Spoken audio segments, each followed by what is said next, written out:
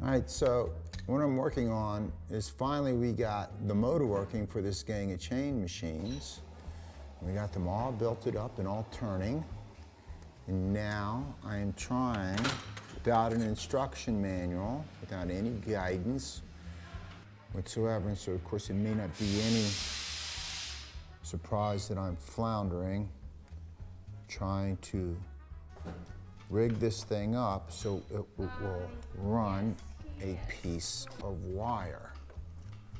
And so we're making really, really, really slow progress. And again, this is one of the challenges with a museum mission, with all these antiquated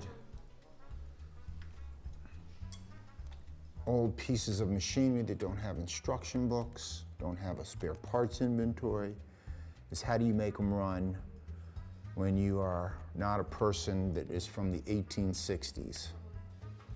And you figure it out slowly, impatiently, one little step at a time, which is what we're doing.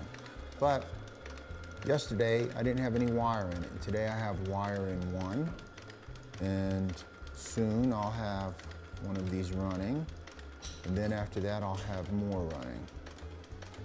So while progress is slow, progress is forward.